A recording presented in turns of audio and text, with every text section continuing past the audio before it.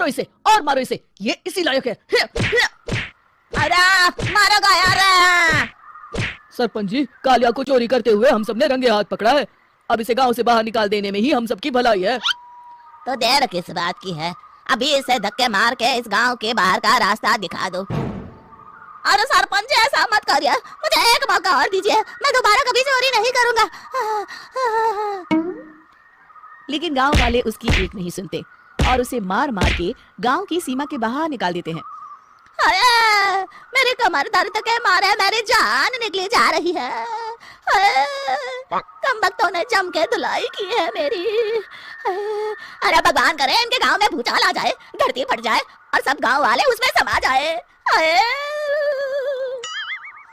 चलते चलते कालिया जंगल में पहुंच जाता है। उसे वहां एक प्रयोगशाला दिखाई देती है। अरे इस जंगल में ये अजीब सा दिखने वाला घर किसने बनाया है, चल कर देखना पड़ेगा। कालिया प्रयोगशाला के पास चला जाता है। दो वैज्ञानिक प्रयोगशाला में बातें कर रहे होते हैं। बधाई हो डॉक्टर चमन, आखिरकार हम दोनों ने मिलकर एक ऐसी घड़ी का आविष्कार कर लिया है जिसे पहनकर कोई भी इंसान गायब हो सकता है। हाँ हाँ तुमने बिल्कुल सही कहा डॉक्टर जर्माटो। अब कल सुबह ही हम इस जंगल से निकल जाएंगे, लेकिन उससे पहले आज रात के खाने का बंदोबस्त करते हैं। हाँ हाँ, मुझे तो बड़ी जोरों से भूख लगी है, चलो चलते हैं। दोनों वैज्ञानिक वहां से चले जाते हैं। उनके जाते ही कालिया प्रयोगशाला में दाखिल होता है। अच्छा तो ये बात है। कालिया बड़े से कांच के अंदर रखी घड़ी को बाहर निकाल लेता है और अपनी कलाई पर बांध लेता है। फिर घड़ी में लगा बटन दबा देता है। कालिया को एक जोरदार झटका लगता है। कालिया अपने आप को आईने में देखता है तो उसका पूरा शरीर पूरी तरह से गायब हो चुका होता है। अब तो जो चाहे वो कर सकता हूँ। सबसे पहले मैं उन सभी को सबक सिखाऊंगा।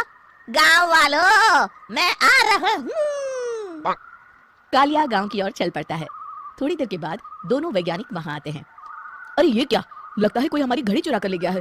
ये देखो पैरों के निशान। अब क्या होगा, अगर वो घड़ी किसी गलत हाथों में पड़ गई तो अनर्थ हो जाएगा। तुम चिंता मत करो, हमारी घड़ी में जो बैटरी लगी है ना, वो सिर्फ 24 घंटे चलेगी। उसके बाद वो घड़ी काम करना बंद कर देगी।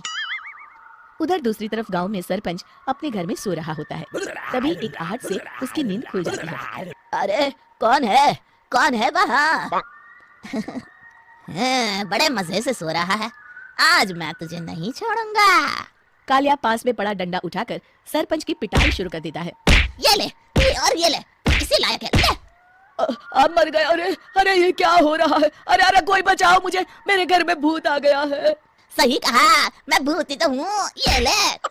अरे भूत जी, मैंने आपका क्या बिगाड़ा है, मुझे छोड़ दीजिए। आपको क्या चाहिए? तेरे घर में जितना भी पैसा है ना, मुझे ला कर दे दे, तब मैं तुझे छोड़ दूंगा और यहाँ से चला जाऊंगा। सरपंच अपनी तिजोरी से पैसे निकालकर एक बड़े कपड़े में बांधकर जमीन पर रख देता है और कालिया वो सारा पैसा लेकर वहां से चला जाता है। दूसरी तरफ जमींदार गांव के चौराहे पर खड़ा कुछ लोगों से बात कर रहा होता है।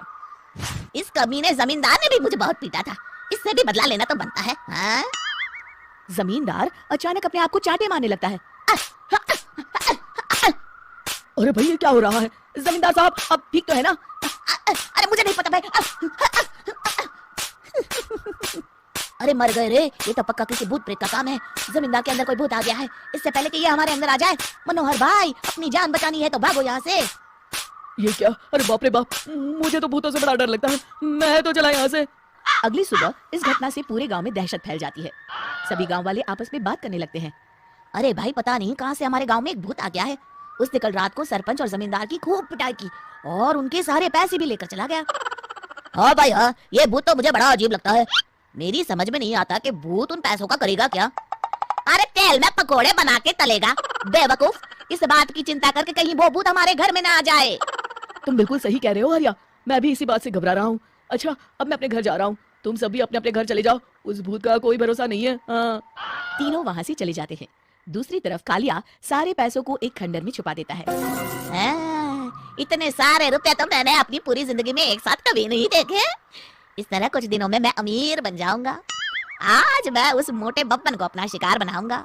सुना है दहेज में बहुत सारे पैसे और गहने मिले हैं उसे। रात होते ही कालिया बब्बन के घर में घुस जाता है। हाँ, मिल गई तिजोरी। अब जल्दी से इसे खोलकर सारे पैसे निकाल लेता हूँ। अरे खुल जा खुल जा। खुल गई। कालिया पैसे थैले में भर ही रहा था कि तभी बब्बन उसके बगल में आकर खड़ा हो जाता है। भाई क्या कर रहा है? हाँ? अरे हट, अरे तेरी इतनी हिम्मत, मैं तेरे सामने खड़ा हूँ और तू फिर भी मेरी तिजोरी से पैसे चुरा रहा है। अरे मैं तो गायब हूँ, तू मुझे कैसे देख रहा है? कालिया अपनी घड़ी को देखता है। अरे इसे क्या हो गया है? हाय, लगता है बैटरी खत्म हो गई। अच्छा, तो आज मैं तेरी बैटरी अच्छे से चार्ज कर देता हूँ। अरे भाग्यवान, जरा मेरा डंडा तो लाना। ये मोटा मुझे नहीं छोड़ेगा। अरे भागो। कालिया भागकर घर के बाहर जाता है। बाहर सभी गांव वाले हाथ में डंडा लिए खड़े होते हैं। अच्छा, तो तू वो भूत है।